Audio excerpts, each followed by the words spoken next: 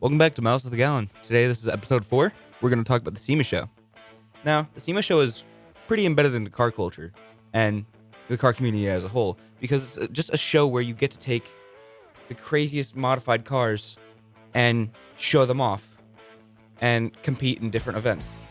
This year, we had a burnout event, and the Speed Freaks Instagram account took a Barbie car with a big block motor to the... That was Quentin sneezing. But the Speed Freaks Instagram account, which has almost 14,000 followers, took a actual Barbie car. Like, they built a frame for it, slapped a big block V8. I don't know the displacement of it. They built the drivetrain, suspension, and all that in roughly a week, and they took it to the burnout competition, and it's insane. If we do a video, like logo kind of thing, I'm going to try to put a picture of it. But the SEMA show this year was pretty packed. It had popular creators such as Weston Champlin, obviously the Speed Freaks, and a few more. Now, we also had Weston Champlin's burnout machine, the Ford Mustang GT500 Shelby, from what it looks like, with a diesel motor. We had crazy rat rods.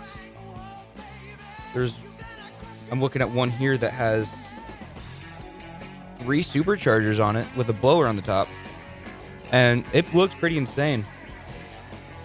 We had, wow, I'm looking at SEMA cars, and we had quite a bit. We had a Turbo Cummins where the entire engine is just gold, including the turbo.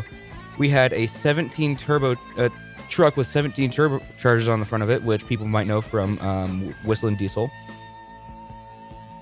But we also had the Liberty Walk Silhouette R32 GTR, a few Silvias.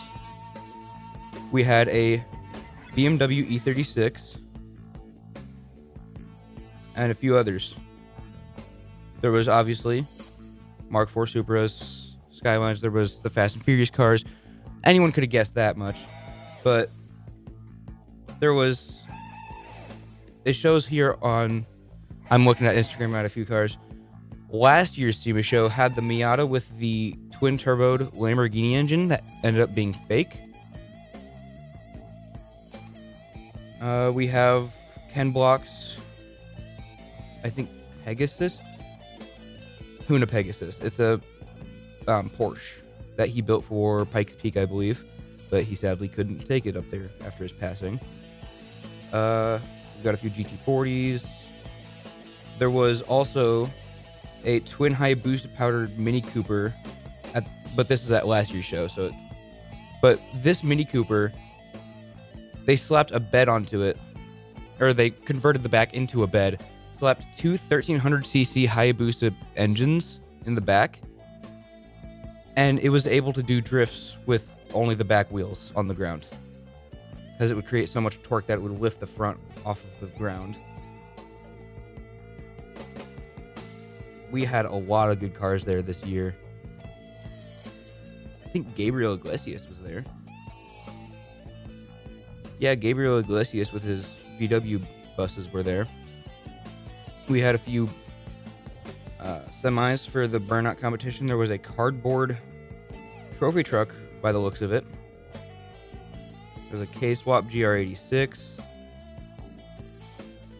There was also a custom-built bike called the Monster Chopper at the SEMA show, which looks insane. There was also a Bugatti EB110 that was labeled the ultimate stance Bugatti because they did a stance build on it, which having a stance build just means that, like, if you have a wide body kit, you make the tires and rim fit perfectly. Had a few F40s by the looks of it too. Obviously the Barbie burnout car. One thing I do want to talk about is the 17 turbocharged truck that Whistling Diesel built. Most of those turbos are cosmetic, and the only one that I think works is on the engine.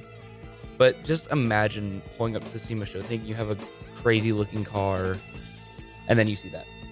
And then not to mention the 3 supercharged 40 or 32 Ford. That's all I have for today. No clue what we're going to talk about next episode. Probably something including drifting. But thanks for listening.